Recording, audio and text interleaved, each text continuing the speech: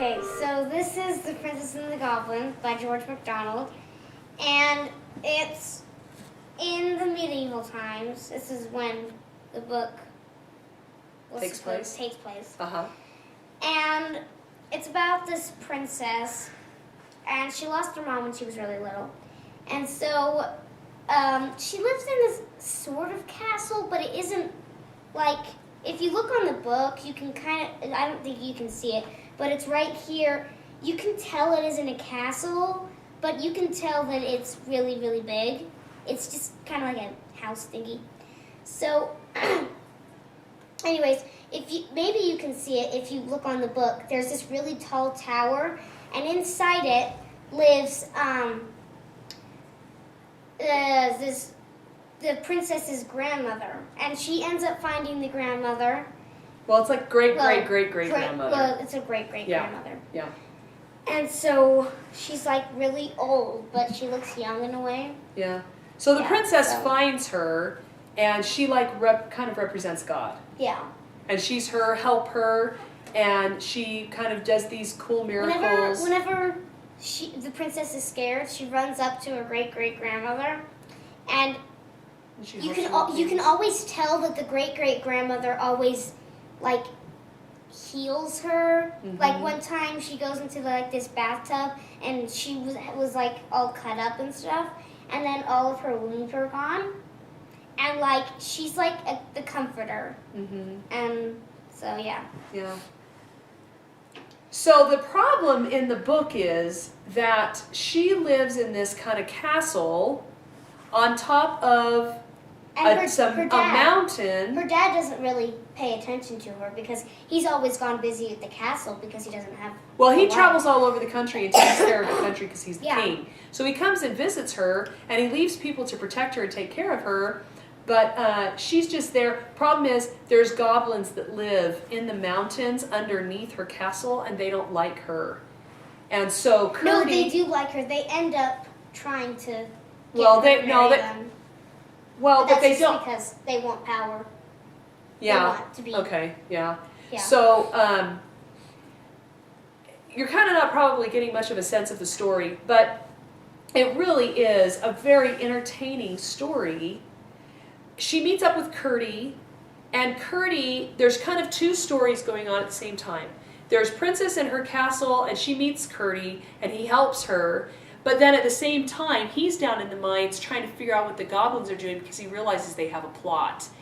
And the really cool thing about Curdie is that he doesn't have to do any of this. He just wants to do it because he's good. And he wants to protect his people, and he wants to protect the princess. And so that's what, he's really a great example of a hero. There's really cool, like, magical things, like the web that the great-grandmother weaves. It's made out of a spider web. And it's connected, and it protects the princess when she has to go places. And there's just really cool magical stuff. There's healings, like Avery said, that go on. And the climax of the story is very entertaining. But underneath it all, George MacDonald was actually a Christian pastor. He wrote it in the 1800s. And we'll do an author review on him, but he had a great impact on some of my favorite 20th century authors, C.S. Lewis, Tolkien, Madeleine L'Engle, and especially those individuals. They were doing kind of the same things that George MacDonald was doing. They wanted to write children's stories that taught important values and they were character building.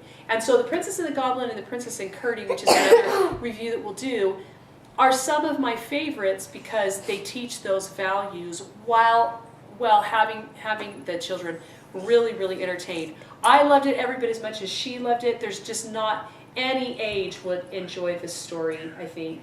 The language, how was the language? Was it very hard? The language, it wasn't too hard. There were a few words that were kind of weird. Uh-huh. But it was pretty easy. I'd say probably 9 and up.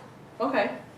About 8 to 9, depending on the kid. Mm-hmm. She's 10. She just did just fine getting through it. What are some other books that you've read that would kind of show where your reading level is at? You're working on A Wrinkle in Time right now. It's not very hard for me. Yeah. And gonna say The Secret of Nim, but that's like a. Yeah, that one's not hard. Yeah. So that's kind of that kind of range, 8 or 9 and up.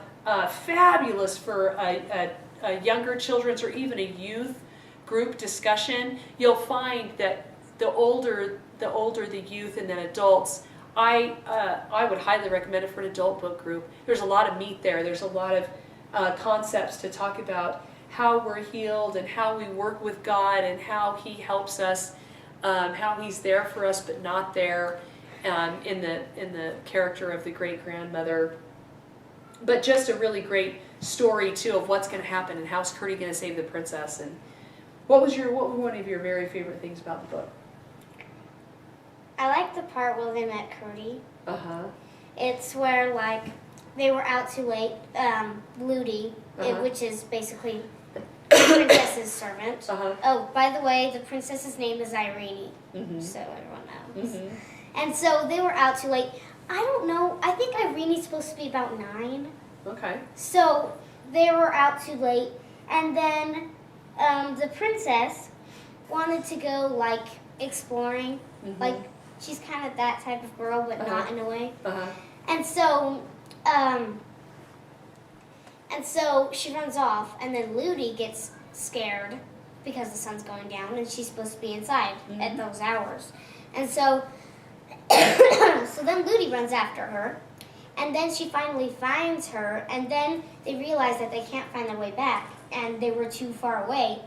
So then Ludi gets really scared because she knows that she's going to be punished for being out so late, and I think she might have heard about the goblins. I don't know, though. And so then Ludi just starts running, and she just totally leaves the princess because she's scared of like she's just like paying attention to herself. So then she's like, "Come on, Irene," and then so she's like, "I can't wait up with you," and then the princess keeps like letting Ludi know that she can't keep up, like she keeps saying it, and then she says, "Ludi, slow down, please hold me," or something. So then finally Ludi stops, and then she holds her hand, and then they keep running. And then I think goblins, they stop, and then I think a few goblins are like surrounding them or whatever. And they made a movie about it, but it's not as good. They left out a lot of stuff, like a lot of stuff. And so then Curdie they shows actually up. let Curdie know, the goblins, they're not supposed to let Curdie know what the plan is. So then Curdie shows up, and he's singing this song, and the goblins absolutely hate music.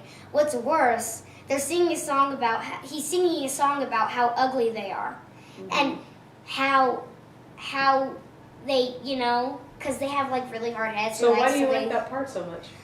I don't know. So then, because they're in crisis and they get saved. yeah. Because you don't know what's going to happen, right? Like we're telling you on that part what happens. That Curdie shows up and saves them, but you don't know what's going to happen. Yeah. When you're reading it. So then, like the goblins, they're like plugging their ears, and they're like, "Oh my gosh, I can't handle this." So then they end up just running off. There's lots of really funny parts. George MacDonald's is pretty funny too, and it's funny like the way he describes the goblins and what their feet are like, and it's this big deal that the queen has toes. And nobody else has toes. None of the other goblins have toes. And so there's really interesting little things like that going on, and there's really funny parts. And Curdie's really courageous, and the princess is courageous too, and she's really submissive and obedient to her grandmother. So there's lots of really good messages, and it's character building. It's wonderful, wonderful book, The Princess and the Goblin. We highly recommend it, right? One more thing. Yeah. So anyways, what was I going to say? Oh yeah, so at one part in the book, maybe it's in the movie, I don't know. But Curdie overhears the goblins, and they're talking about like their plan and stuff. And in the movie, that's goblins. in the book. Yeah, I know. Okay, And so go ahead.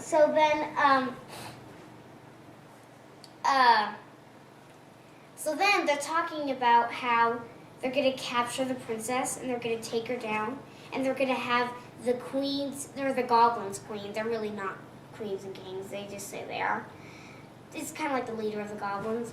So then they say that their son is going to marry her, and she's like, I'm going to take the sun people down, and then I'm going to wait for their skin to turn green, and for their toes to sink in, and then their heads get as hard as rock like ours. And in the movie, you see the goblins, and they're riding in this thingy, and there's a bunch of rocks in the back, and the goblin is riding in the front. And one of the rocks, because Curdie's in the back of it, so he accidentally makes a rock fall on the person's head. And it's literally just this huge stone sitting on the person's head. And it fell really hard on him. And he's just like, ow.